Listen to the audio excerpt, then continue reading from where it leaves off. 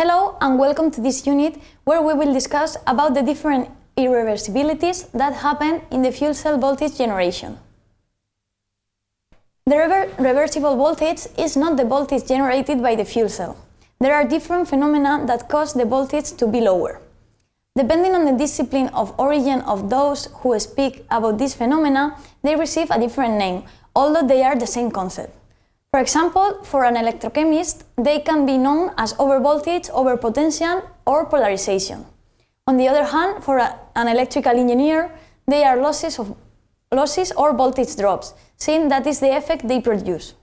In general, these are irreversibilities that modify the reversible voltage generated by the fuel cell. These losses are divided in four types: activation losses, fuel crossover and internal current losses, ohmic losses, and concentration or mass transfer losses. Their description can be seen in this slide, but they will be explained in detail later on. Let's start by introducing the activation losses concept. Activation losses are those generated due to the control of the chemical reaction when it must transfer electrons to the electrode. At the time, Tafel carried out experiment which led to the development the equation that can see here in the slide. This one approximates the behavior of the potential required to transfer electrons from a gaseous medium to a conductive electrode. As we see in the equation, the potential produced is proportional to the logarithm of a current term and to a parameter called the Tafel coefficient. In reality, the equation linearizes the actual behavior of the potential, as we can see here in the graph, but it is considered as a valid approximation. The Tafel coefficient A, although it is experimental, it can be calculated by means of an expression that depends on the load transfer coefficient alpha. As a result, this coefficient depends on the material being considered.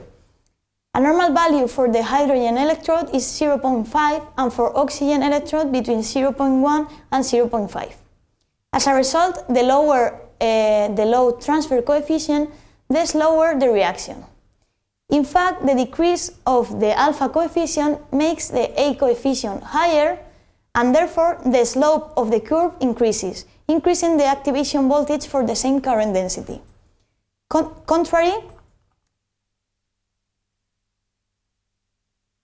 Contrary, if the reaction is fast, the slope decreases and causes lower voltage drops. On the other hand, we can see that temperature also affects the A coefficient, and it seems that an increase in temperature slows down the reaction. However, in reality, high temperature fuel cells have much lower activation potential than low temperature ones. This is due to the dependence of the expression on the IU exchange current, which is the current from which the potential starts to vary from zero. If we focus now in the just mentioned parameter AO, we can define it as the current that flows between the membrane and the electrodes when the fuel cell is in open circuit. Apart from no reaction, in this case the water formation reaction and its decomposition are taking place, producing a continuous transfer of charge between the membrane and the electrode. This transference is precisely the current of exchange IUO. The greater this current, the greater the activity of the electrode. When the temperature increases, the activity of the electrode increases, and therefore the exchange current increases, decreasing the activation potential. We can see this effect in the figure that shows the difference in activation potential for different exchange current. As we can see, for a current of exchange of 100, the potential is considerably lower than for one of 0.1. On the other hand, in low temperature fuel cells, the exchange current of the anode is much higher than that of the cathode. So it is this electrode the one that determines the total activation losses. Different mechanisms can be used in order to reduce activation losses. For example, increasing the operating temperature, which considerably increases the exchange current. Secondly, using more effective catalysts which allow the activity of the electrodes to be increased and therefore the exchange current to be increased. Another option is to increase the roughness of the electrodes in order to provide more surface area for effective charge exchange, or increase also the concentration of the reactant by using pure oxygen instead of air. This allows more reactants molecules to reach the catalyst. Finally, the last solution is to increase the system operating pressure, which has the same effect of increasing the number of molecules surrounding the catalyst. Let's see now another type of irreversibility. While crossover and internal currents are loss mechanisms that are related to activation losses because they produce a similar effect. In this case, the problem is that the electrolyte cannot prevent some fuel molecules or electrons from passing through them. In the first case, the hydrogen molecule doesn't react with the anode catalyst and passes to the cathode through the electrolyte, reacting there with the oxygen and producing water. In the second case, the hydrogen atom breaks down into 2 protons and 2 electrons, but the electrons don't travel in the outer circuit. Instead, they pass through the electrolyte until they reach the cathode, where they are combined with oxygen and protons to produce water. In both cases, this crossing can be considered as an internal current, which is being produced inside the fuel cell, but which has no reflection in the current density that goes to the outside. Therefore, it is an additional current leading the activation potential to lower external current density. The effect is combined with the activation potential, as we can see in the figure.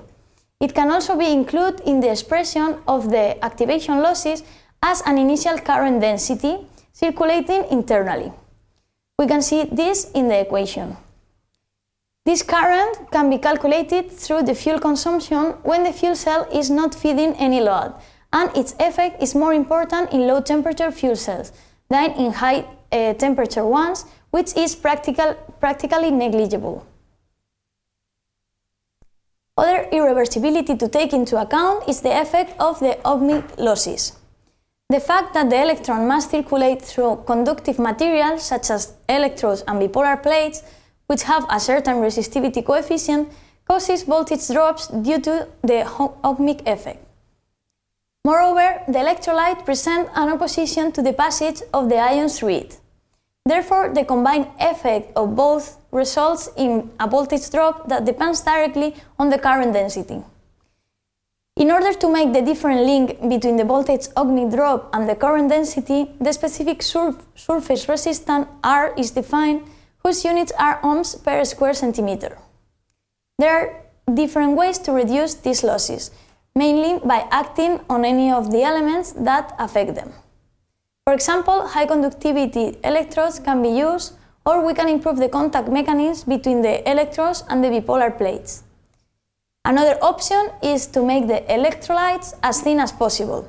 However, to do so, we should take into account that in some cases the electrolyte must be the mechanical support of the rest of the elements, and sometimes they must have a certain consistency, which forces a certain thickness.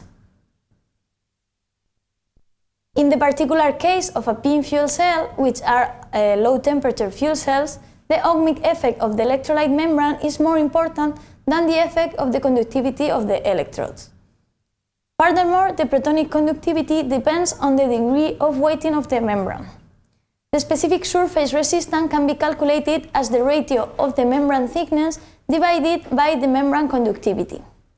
This conductivity can be calculated through these expressions, in which the B coefficients are computed empirically for each electrolyte.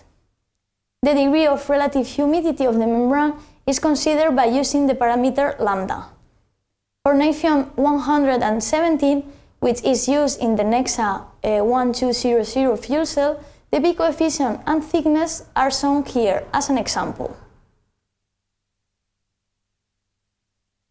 The last irreversibility we will explain is the concentration or mass transport losses. When a lot of current is being generated, the rate of fuel consumption increases to provide the necessary amount of electrons. This means that gases near the electrolyte are consumed very quickly, and may not be able to be replaced through the electrodes as quickly as needed. Therefore, there is a drop in concentration around the catalyst. The loss of gas concentration causes the partial pressure to drop. The effect of hydrogen partial pressure can be taken from the Nernst equation, as we can see here. If a change in hydrogen pressure is considered, this will cause a variation in the fuel cell voltage that can be calculated with the voltage produced by each partial pressure. This means that the voltage increases depends on the logarithm of the relationship between these pressures. Let's call I1 to the current delivered by the fuel cell that causes all the fuel to be consumed, or in other words, the current which causes a partial pressure of 0. On the other hand, let's call P1 to the partial pressure when no current is being delivered. Then we can define an expression that allows us to calculate the partial pressure related to a certain current delivered by the fuel cell, as is shown in this equation. If this expression is replaced in the calculation of the voltage rise, an expression of the variation of the voltage due to the concentration losses, which depends on the delivered current, can be obtained. This calculation is normally approximated in most of the fuel cells. However, an expression that more closely matches the behavior of these losses was presented by Lawrence in 2001.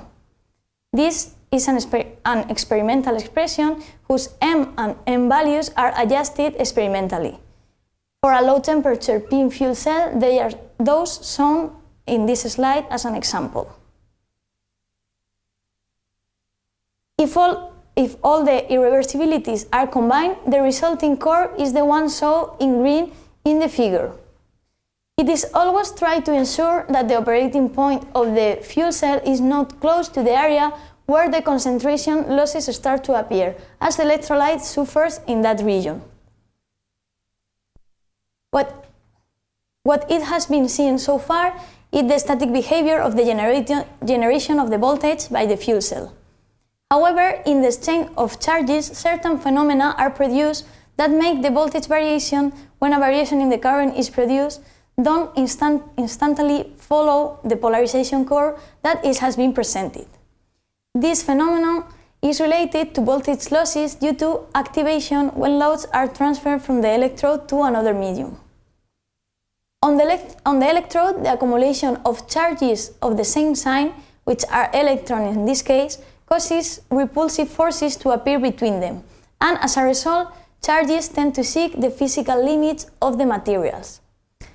When they reach the edge, these negative charges attract the positive charges of the electrolyte. Therefore, the greater the number of charges accumulated on both sides of the interface, the greater the voltage drop that occurs.